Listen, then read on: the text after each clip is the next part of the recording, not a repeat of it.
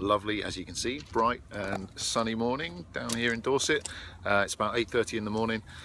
I have just finished my registration and got myself pretty much kitted up and ready to go.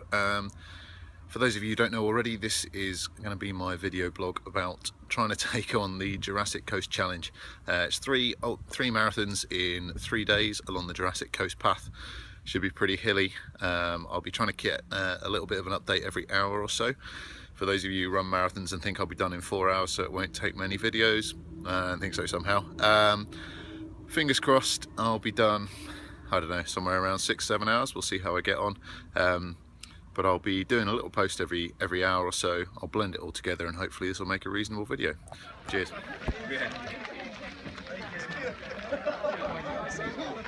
Right, hour and a half in. Oh, hour and a quarter. Just gone through checkpoint 1. Missed out on doing a 1 hour check. Because frankly, I'm having too much fun. Brutal route, as you can see behind me. And where I'm going, not the easiest, but it's gorgeous. The weather's pretty good.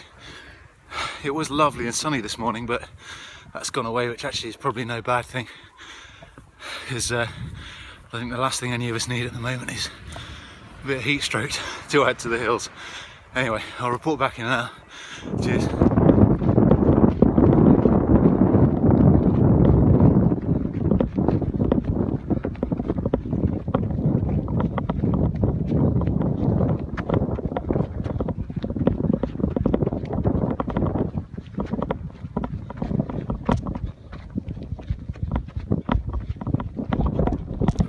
Okay, 2 hours in.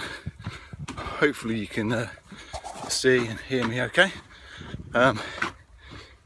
Just gone through 10.5 miles, so pretty happy with the pace.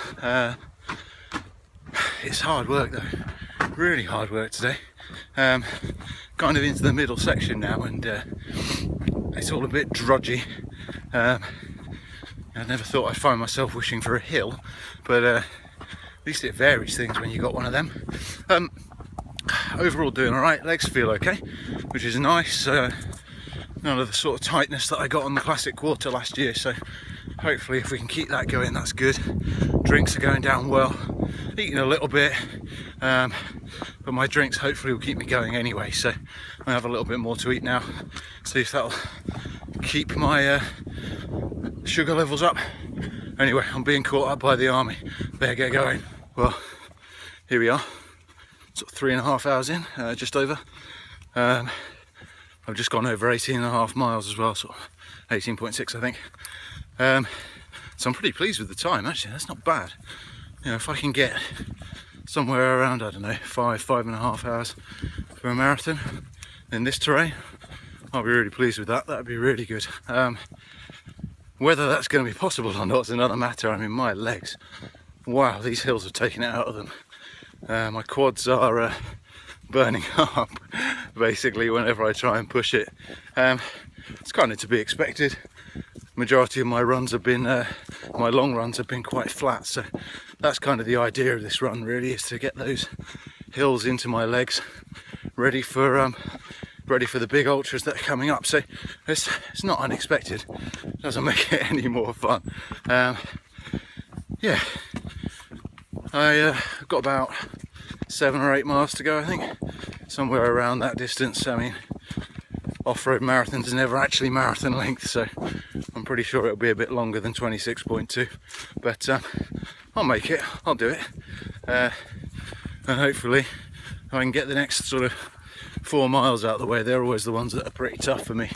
I've never really enjoyed that bit of a run, so if I can get those out of the way, cruise into Ferrybridge, be back in the B&B this evening to sit back and watch the rugby with a recovery shake rather than a beer, I would imagine. Yeah, I'll try and call back video back in an hour or so, but we'll see where I am. Cheers. Okay, 4.25 hours in, just over 21.5 miles. again, still pretty happy with this pace actually. My legs actually feel a little bit better, which is nice. Having to walk sections, but that's no big surprise given the terrain. I've just realised it's not Saturday, which means I'm not going to watch the rugby tonight. Quite disappointed, to be honest, because first of all it means I can't watch the rugby, but secondly it means I'm not on day 2 of the marathons, I'm only on day 1. That means there's 2 more days to go. Everything's okay at the moment though. I'm hoping I'll be able to check in with you at the finish. Right. Well, that was tough. The last bit of that was a real slog, real slog. It was a lot harder than I thought it was going to be actually. I mean, the terrain was alright. The terrain wasn't too bad, but in a way that was the worst thing, because it's hard when you get tired to kind of keep going at a kind of a slogging pace. Felt a bit of a slog. I almost wanted some hills really just to break it up, but I made it. It was, needless to say, more than 26.2 miles. I think it was just under 28, and that's without having got lost. I ran for a little way with a guy who got lost. He'd added at least another 1.5 miles, poor bloke. But I made it. My legs are pretty goosed now. I am hoping that they get a decent bit of recovery tonight. I'm going to go back to the B&B, get myself a recovery shake or 2, have a shower. I mean, I must stink, and then get a bit of rest, try and sort myself out ready for day 2. I'll hopefully edit this together tonight and get it up, but it's a great event, absolutely brilliantly organised, really great. I mean, there's soup and things like that along the way, but also at the finish, you know, straight away get yourself something hot inside, and the weather's been really cold, so that was massively useful. It's a brilliant event, and I have enjoyed it so far. I'm not convinced I'm going to enjoy tomorrow and Sunday, but I'll do my best to. Yeah, it's been good. Okay, now that I've had a shower and I'm at least looking slightly more human, smelling slightly more human, even if I don't feel it yet, I thought I'd just do a little end of day 1 video. Couple of things that I didn't kind of mention earlier on. One bit you might have been confused that I was being caught up by the army. There was a set of light dragoons running in the race today, all probably, I don't know, early 20s if that. I was quite pleased to say that I beat them still, so that's not too bad. And in terms of finishing, I don't think I mentioned my finishing time, just over 5.5 hours, which, given that I thought I'd probably be 6 to 7, I'm really pleased with that. I don't think tomorrow's going to be as quick, but hopefully, well, we'll see how it goes. The other thing was my one criticism really of the event. It didn't start. We didn't get to the start line, so we got a minibus from the sort of event village out to the start line, and we didn't get to the start until 10 to midday. And when you've got up at 6:30 and had your breakfast at 7. That's quite a long time. You know, I was eating other things and I was managing to get other things in, but at the same time, it's not really ideal to be starting near lunchtime, really. I found that quite hard. Tomorrow will be a bit different because we're actually starting from the event village. So that should, well, it'll make it a bit quicker.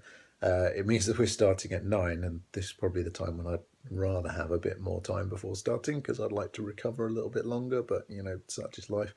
At least hopefully it'll mean that I'm easily done in time for the rugby. So that would be probably my only criticism of the event. I understand why. I get the logistics of having to get everybody in there and get them briefed and things like that, but other events I've done that, you know, that have a much longer timescale than this, they start people off at 6 in the morning. So I don't really see that it should be that bad. So anyway, that's my little gripe for the day, other than the fact that I'm absolutely knackered.